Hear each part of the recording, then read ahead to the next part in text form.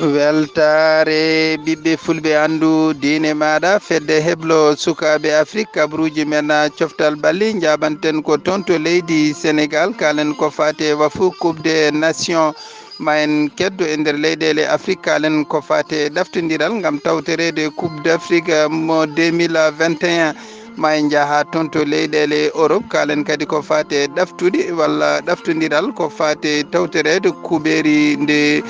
coupe d'Europe juɓɓinteɗe hitande ujunnaje ɗiɗi e nogas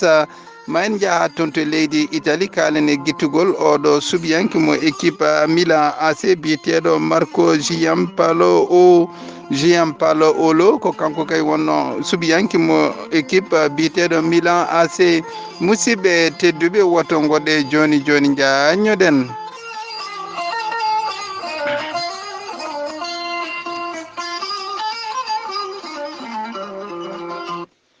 jam ñalle mon hettiyankoɓe ayaw weltare ɓiɓɓe fulɓe andu diine maɗa fedde heblo sukaɓe afrique eɗen gone mawde 11 yarkoma hitande ujunnaji ɗiɗi e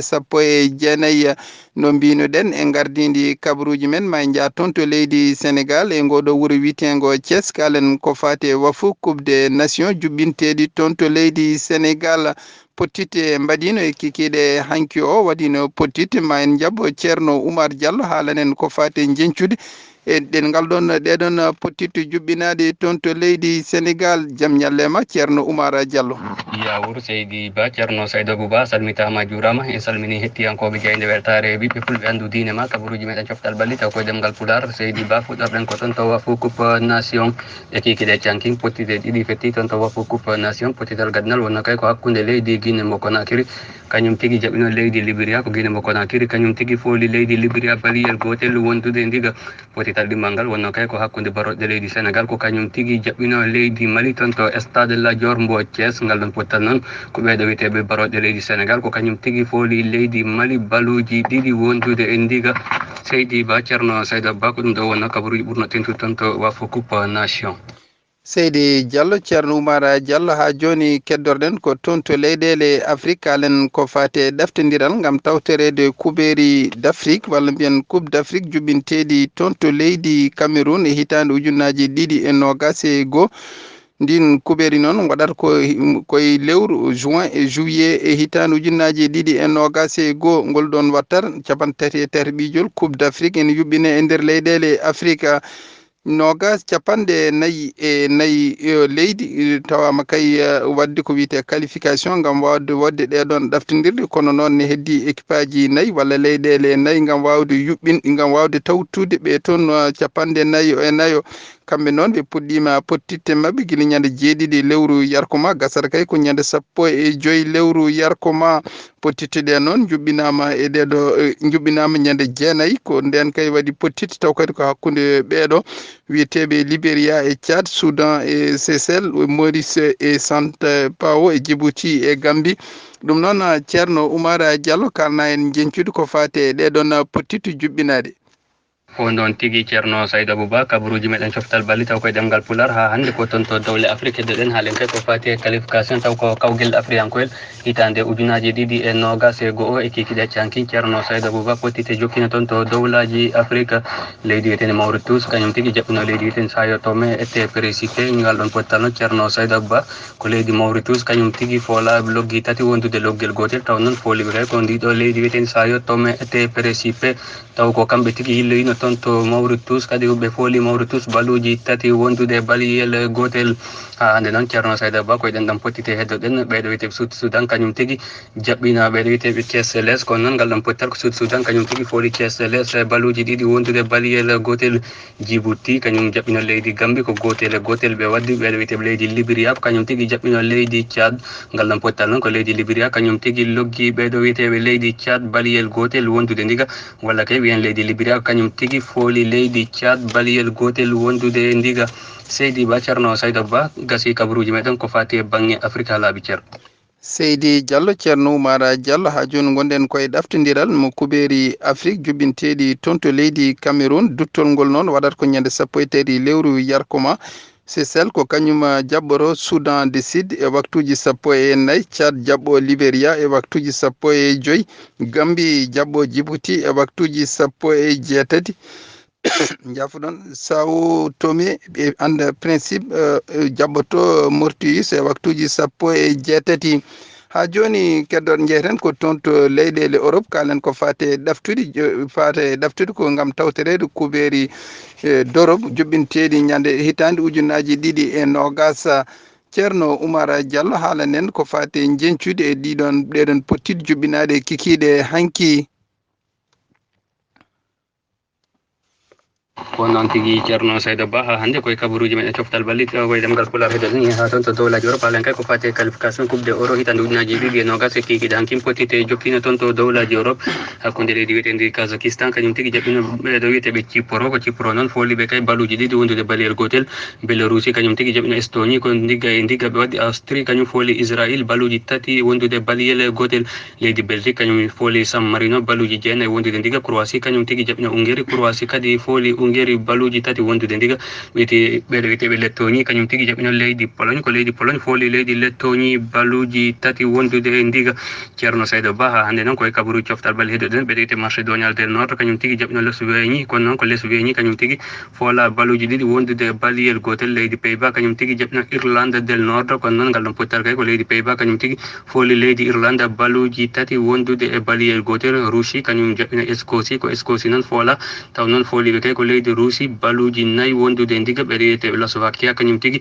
jaɓɓino Galles mbo gari bel ngal ɗon pottal ceerno Saydou Ba ko gotel woni kongal gayniri. Seydi Ba ceerno Saydou Abouba kabaruji meɗen coftal balli gasi ha laaɓi ko fati e qualification taw ko toon to coupe de euro hitande ujunaji 2020. Seydi Diallo ceerno Oumar Diallo pottiti kay enen jokki kikiɗe hannde o e waktuji 20 ne fawi hojomaji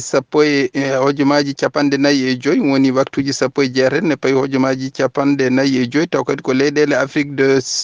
de l'Ouest. Turquie ko kañum kay fottitte walla jaɓɓoto oɗo équipe biyeteɗo Albanie. Ukraine ko kañum jaɓɓoto oɗo équipe biyeteɗo Lituanie. Montenegro ko kañum jaɓɓoto Bulgarie. oɗo équipe biyeteɗo République tchèque jaɓɓo Angleterre. Portugal jaɓɓo Luxembourg. Islande jaɓɓo France. Andorre jaɓɓo jaɓɓo Moldavie. Géorgie jaɓɓo Irlande. ceerno Oumar Diallo sen gummima toon to leyɗele Europe ma en jaaha toon kadi to leydi Italie kalen ko fate oɗo suɓiyanke taw kadi ko suɓiyanke mo leydi Italie taw kadi ko oɗo équipe biyeteɗo Milan AC biyeteɗo Marco Giampaolo ko kañum tigi wonno suɓiyanke oɗo équipe kanko noon o ittama e jonde makko taw kadi ko oɗo biyeteɗo Stefano Pioli kañum watta ɗon. ceerno Oumar Diallo holko kalanta en ko fate guittugol oɗo suɓiyanke. kono noon tigi ceerno Saydou Abouba ha hannde heɗoɗen koye kabaruji meɗen coftal balli taw koye ɗemgal Pulaar yena toon to leydi Italie haalen kay oɗo équipe wiyeteɗo AC Milan e kikiɗe cankinɓe itti oɗo wiyeteɗo entraîneur mabɓe taw ko wiyeteɗo Giampaolo. caggal noon nde ɓe fetti pottite jeeɗiɗi toon to série A mbo leydi Italie ko pottite tati tan ɓe heeɓi gagnade pottite 4 heddiɗe fof ko ɓe gagnaɓe ko ɗum tigi saabi e kikiɗe heccankinɓe rewi on ɗon entraîneur wiyeteɗo Giampaolo walla kay wiyen heblo équipe mbo AC Milan wiyeteɗo Giampaolo e oɗo sanga noon ɓe toɓɓi kay ko waɗo wiyeteɗo Stefano Pioli taw noon ko wonnoɗo toon to équipe mbo Genova caggal kay nde o immi toon hitande yawtinde o heɓani to wonno gila nden ko joɗinoɗo kono noon e kikiɗe hankin o laatike kay wonde entraîneur oɗo équipe wiyeteɗo AC mbo Milan. Seydi Ba ceerno Saydou Ba ko ɗum ɗo wonna kabaruji ɓurno tentude kikiɗe hannde ɗo e leydi Italie walla wiyen e dow lewidere nde ɗum ko musidɗo moon Oumar Dembel Diallo ngam weltare ɓiɓɓe fulɓe andu diinema. Seydi Diallo ceerno Oumar Diallo ma en ketto toon to leydi Italie ngam kadi haalde ko fate oɗo joueur biyeteɗo walla attaquant mo leydi Sénégal biyeteɗo Demba Ba. o heeɓi yaltinde konngudi makko ko fati ko wiyete racisme taw kadi ko jour uji wonande jouɓe toon to leydi Italie. o noddi dendagal jour uji taw kadi ko ɓaleɓe jouɓe toon to série A mo leydi Italie yo gummo toon ngam wawde wasde joude toon nde tawno racisme ne heewi toon kono noon oɗo biyeteɗo Kalidou Koulibaly wimo kay wona noon foti wonde enen kay ɓaleɓe ɓe fof ponno ko arde ngam juude toon ko kamɓe kay wonoɓe racisme ko kamɓe kay ko kamɓe poti ummade toon ɗum noon ko yidde haalde koko fati e racisme nde tawno jouruji kewɗi ɓaleɓe ene tampina kay ko fati e racisme e nder leyɗele Europe. Sen gumima toon to leydi Italie ma en jaɓan toon to leydi Maroc kalen ko fati match cehilagal hakkude Maroc e Libye. kamɓe noon ɓe joueta match o e kikiɗe hande o e waktuji nogas taw ko waktuji mo leyɗele Europe hawri waktuji 17 toon to leyɗele Afrique. ɓe jouat ko toon to wujda noon ɓe mbayri juude toon yaarey joni ma won hande duuɓi 40 ɓe jouani toon ɓe mbayri juude toon ko guila hitande ujunere e temedde jeenayyi e capanɗe jeeɗiɗi e jeenayyi. ma en kal ko fate pottitti taw kadi ko matchuji cehlagal jubbinteɗi toon to leyɗele Afrique. oɗo équipe biyeteɗo Comore ko kañum jabboto Guinée taw kadi ɓe jouat ko toon to leydi France e ngoɗo wuri witengo Versailles Tunisie ko kañum jabboto Cameroun taw kadi ko ngoɗo wuri witengo Rade